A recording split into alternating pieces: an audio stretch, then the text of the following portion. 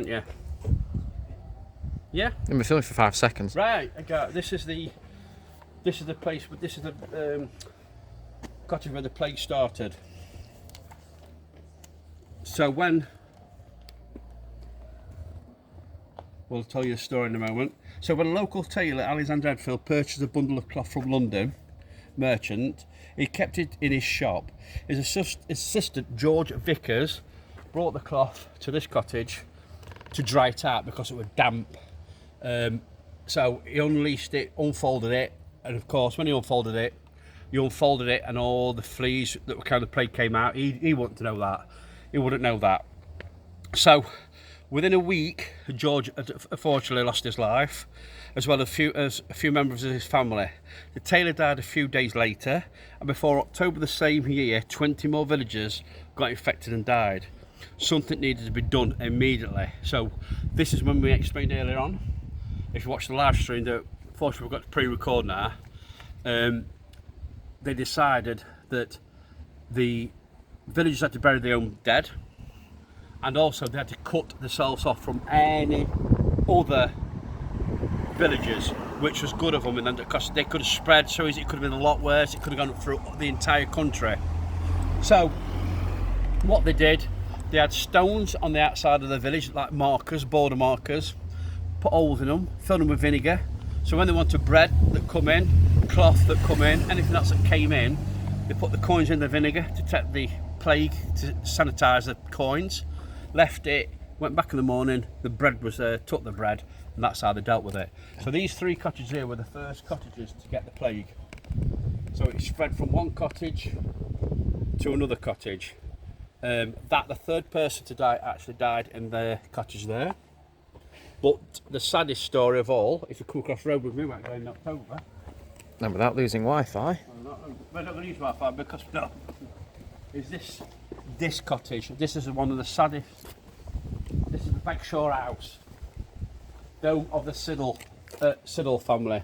And just look at this. I'll read them out to you. These are the people that died. So, got Richard, age 11, on 11th of September, 30th of September, Sir, age 13. 14th of October, father, John, he died, John.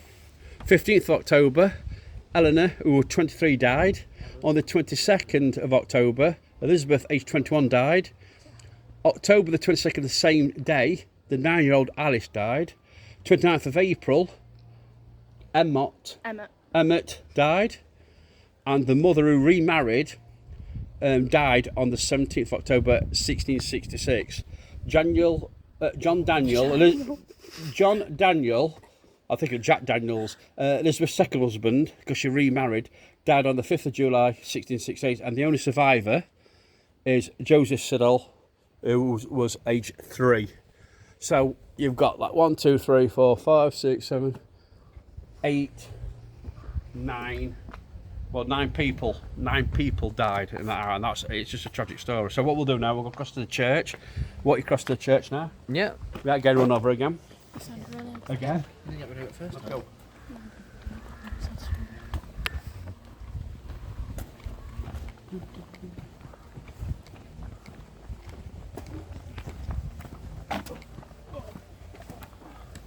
So this is the Eyam church. Really picturesque church. It's absolutely lovely. We'll take you up to the Saxon, Celtic, not Saxon, Celtic Saxon cross from the 8th century AD. We'll show you where that, because it got moved into the graveyard, and then we'll show you some interesting bits of the graveyard for you. So up here is the cross.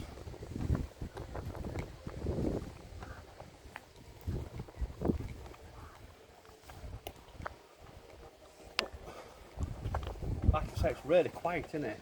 Very quiet. Very quiet. So this is the, excuse me, we'll copy grave, the Celtic cross, 8th century AD.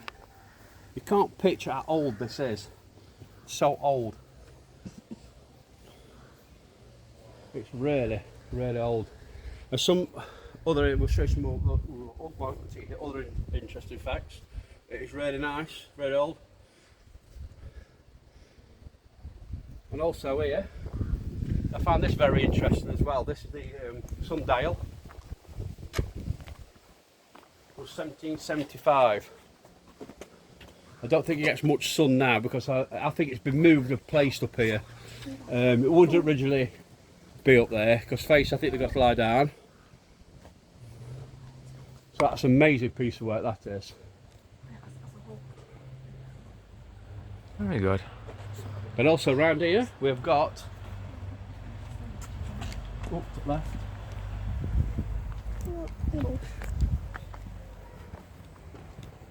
We've got a monument to Thomas Stanley, supporter of Reverend William Mum. I'm going to get that right. Mum person during the plague. These were key people in. These were key people during the plague. Reverend William, he did all the wills for the families. He also helped to bury the families. He did a lot of hard work. It's just so you can't picture what it was like. And round the walls, what they're called Benpego, what they're called Leopard squints. leopard I'm squint. sure there were some on this church. But they use them for people who've got leprosy. They use them so they could go look into the church and worship with everybody else, but not actually affect them. So down here we've got. Go down here, play grave down here.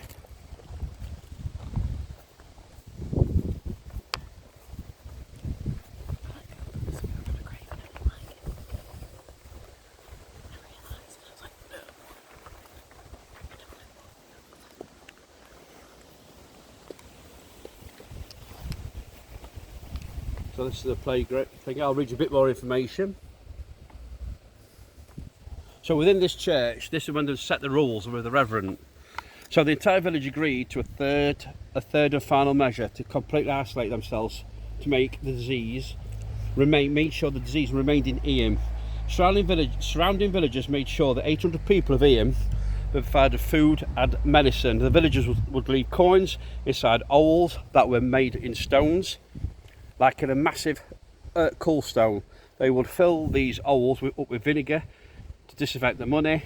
The others would leave the food and medicines at the stones. They were not allowed beyond the boundary stones. The other measures were, the first one was that the family members were to bury their own relatives, which I mentioned. The second measure was that all church services were relocated to a natural amphitheatre at Cutlet Delph. There was enough space in the open air which reduced the risk of infection. And the third and last measure was the most drastic, which I've mentioned. They cut themselves off from the entire outside world, which that's a big sacrifice, especially in those days when you had to travel for your food, you had to travel for your cloth, you had to travel for everything, and that was a big thing. But that was communities working together. They come together to help each other out, which would we get that nowadays? I'm not 100% sure we would. Not 100% sure we would. So what we'll do now, we'll take you a walk around the graveyard. There's some interesting things up on the right hand side that we're going to show you. Right, so we're going to walk up. Yes.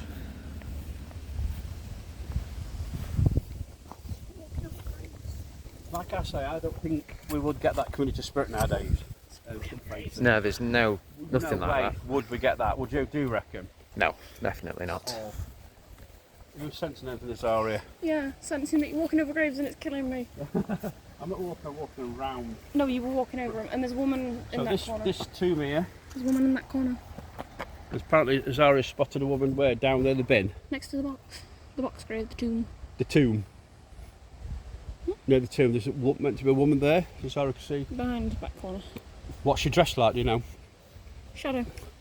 Like just a shadow figure. Could it be Catherine? No. How do we pronounce that? Mompesson? Mompesson? No.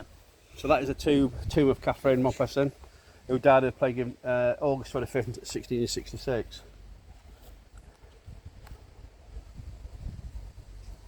You just can't believe what it was like then. It must have been absolutely terrible. What we'll do now, we'll have a walk up to the right side, show you something else that's quite interesting. Oh, Charles is there again. Who is he? It's a lovely old church though, isn't it? It's right, Yes. really. It's what you call, a classic village church. And then we'll take you around what I did mention on the live. I did mention the foundations that were dug, and they found another plague pit. I will take you to, we'll show you where we reckon that is. We'll come up to the oldest bit of the graveyard on the left hand side. Charles is still Are you sensing anything around here? Just let us know what there's are if you sense anything around here. Well, yeah, earlier I saw a guy. Yeah? And I said that his name was either Charles Jack or Harry? Charles. Charles, no, the name's that I said. Yeah, something like that. And he was stood by his grave.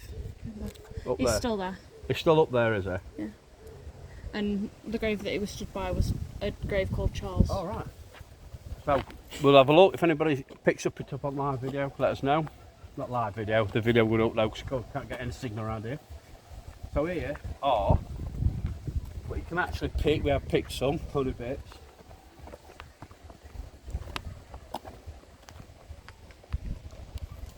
These are the herbs that they used when they put in the masks that they wore. What they call the plague. What the plague? Just plague masks.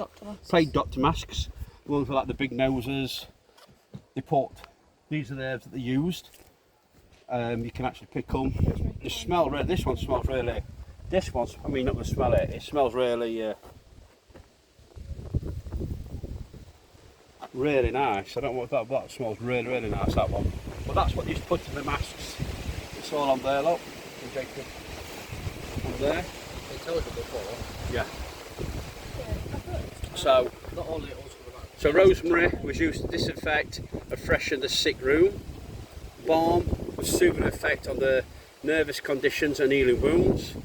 Rue was carried in nosegays. That's what's the big thing to ward off the plague by its pungent smell.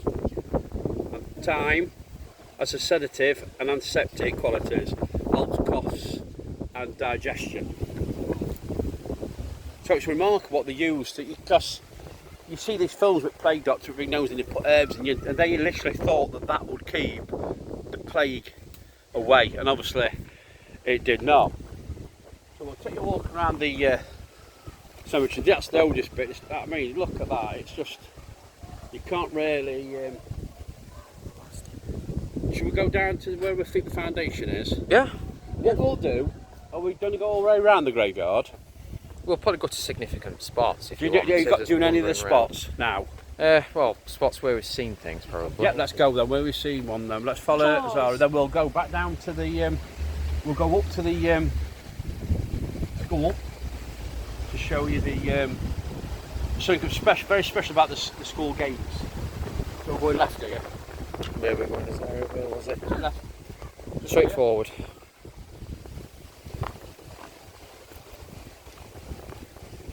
So we're about Right. To your right. to here. The grave directly to your right, not the first one, the second one. No, on your That's the brown one. No, the one in front of it. Oh, that one there. So, going to explain to people what you've seen. When we stood at the Celtic cross, I saw a man. He shouted over to me. He shouted me 3 names. I followed. What names was it again? The Charles, Jack, Harry. Jack and Harry. I mean, we ain't got time to go around and look at all the but interested to see if there's anything gravestones that's with them names on that's close to this. Jack. It would be really interesting. What we're going to do, we'll take you a walk down now to where the story, if you watch the beginning of the live bit, I explained that somebody I worked with, their dad dug some foundations for a new build on the side of the church, and when they were digging the foundations they found a plague pit, so of course I had to call the authorities in, but we'll show you where we think it is. It's down here. I think we can get round, can't we? Yeah. It's so spooky, but there will be some loud music in a minute, guys, because there's the window on the side of the This is wall. the side of the wall.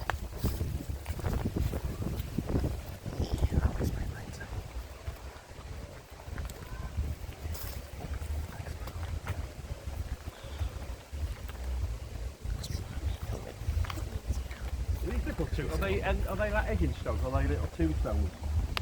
I don't know actually. They're just little.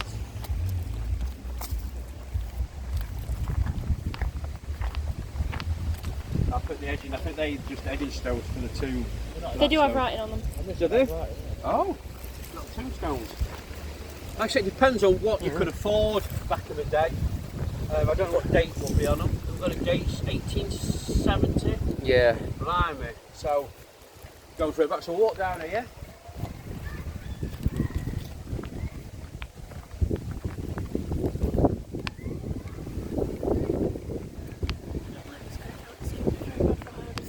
Oh, I love it.